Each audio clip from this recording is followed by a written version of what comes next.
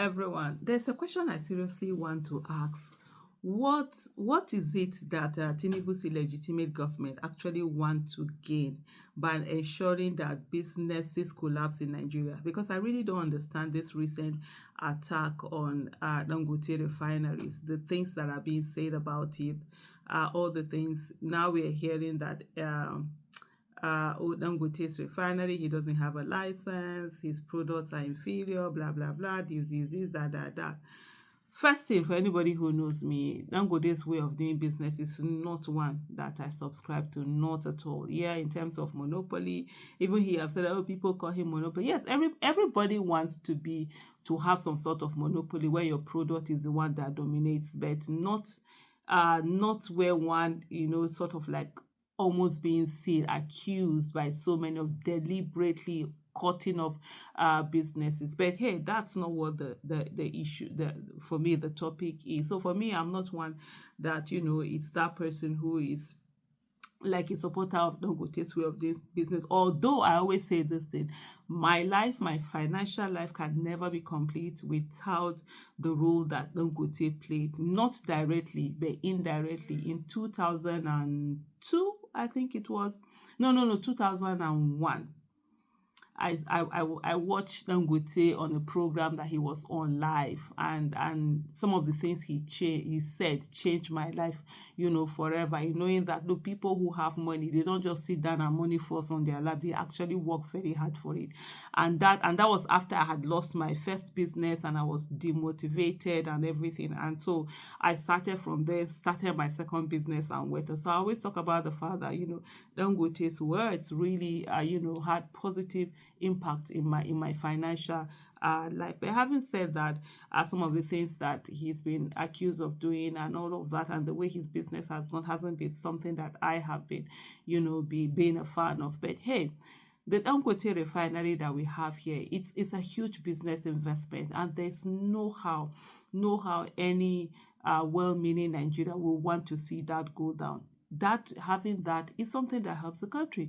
First of all, Tinubu's illegitimate government has literally driven away most of the foreign investments that we have in this country. A lot of foreign companies have either left or they have sold. Some of them have shut shop and left, or they have sold their part of the business to Nigerians,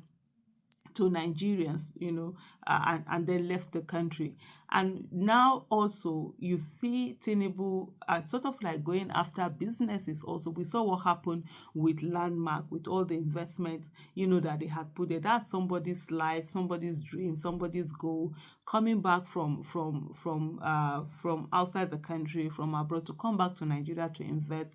And the way that he was treated, the way that his business was destroyed in such nonchalant manner speaks a lot of volume.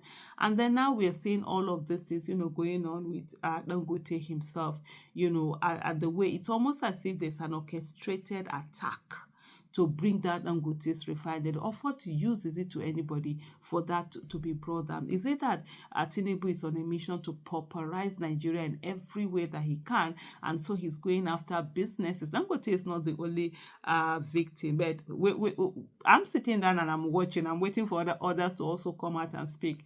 In the last few days, we've seen Dangote come out and speak a whole lot, more than we've seen him speak. I mean, you literally go years without hearing Dangote's voice, but in the last few days, he has been speaking. This is what happens when we see injustice being meted out to others and we keep quiet. We think it wouldn't come to us. It's only a matter of time. And I always say to people, the reason why you should be interested in fighting for other people is for such thing to never happen to you. Don't wait until it gets to you before you begin to speak out. I would rather speak out on behalf of others than to wait until I become a victim and be speaking out, as a victim. So here we have an illegitimate government that hasn't been able to bring in an investment, has destroyed economy, grand policies, and businesses are suffering. A lot of the economy is woeful. people are suffering right now. Businesses are actually literally going down. And then he seems to be on a mission to also bring big businesses down so as to pauperize everybody and just make us, sort of like be like slaves in our own country. And I've seen a video where Dangote is saying that he would no longer invest in steel. It was something that he wanted to do, but now they're pulling off that and let other Nigerians go and invest so that he's not accused of monopoly, and all of that, and that he believes he's not the richest Nigeria there is. I also believe that. I don't think for me, when they do that richest man in Africa, I'm like, even in Nigeria, don't go taste not the richest one. But of course, the other ones, a good number of them would not be able to say where their wealth came from. So they can't claim that title. And Dangote did say that, people should, those of them that are in Dubai and Co, they should bring their monies from there. So I'll just allow you, take a look at that video. The majority of the population they are with us, and so we are not discouraged. We'll continue what we are doing. But doing new business like which we announced this still. Actually, our own board has decided that no, we shouldn't do this still, because if we do it, we'll be called all sorts of names, monopoly, and then also imports will be encouraged. So we don't want to go into that. Let other Nigerians also go and do it, because we are not the only Nigerians here. There may be some Nigerians with even more cash than us. They should bring that money from Dubai, from other parts of the world, to come and invest in our own fatherland. Well, everything depends on NNPC, because the OB3 is their own gas pipeline. Majority of Okay, yes, you did listen to that video and you saw the things that are going on. There's even a tweet that I saw someone did, and he said that I think Bua, who is sort of like Dangote's business rival, they're always doing things, mirroring each other. He said that one has sort of like pulled out of a refinery he was planning on building in Akwa Ibom. I don't know how far that is true, but it's a tweet that I saw earlier on. So with all of these things that are happening, a lot of investors, people that really would want to invest in Nigeria, they're going to be holding on. People who already invest in Nigeria, doing businesses in Nigeria, they have to be thinking also, because you don't want to invest so much money and then government will come and just do anyhow, any sort of thing. One of the things that I've constantly been telling people, I say, look, government is very powerful, and we have to be careful the kind of people that we allow to get into government. And no matter how rich you are, if government decide to break you, they will break you, they will turn you into a pauper. And that's one of the things that Nigerian businesses, especially these big businesses, have failed to realize, because of course they are always in good relationship with those people in government, and they don't care how other people are treated.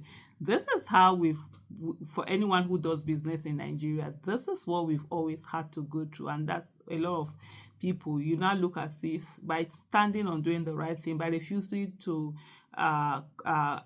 lick their feet, by refusing to bow to them, and then refusing to participate in all of that shenanigans that they do, you now look as if you really don't know how to do business just by being on. They will do everything to bring your business down. And right now that they're going after this big business people, hopefully they see reason why we should fight for in Nigeria to have good people in government that will do the right thing. People with competence, character, capacity, people who are patriotic, people who are not going to be selfish, people who are not going to be vindictive, but who are going to be there for the growth of Nigeria. So, well, anyway, like I always say, it's done by Turn Nigeria Limited, and Nigeria has the capacity to deal with every one of us. So it's in our interest to sit down and actually work for a Nigeria that works for everyone. Thank you so much for listening. Bye.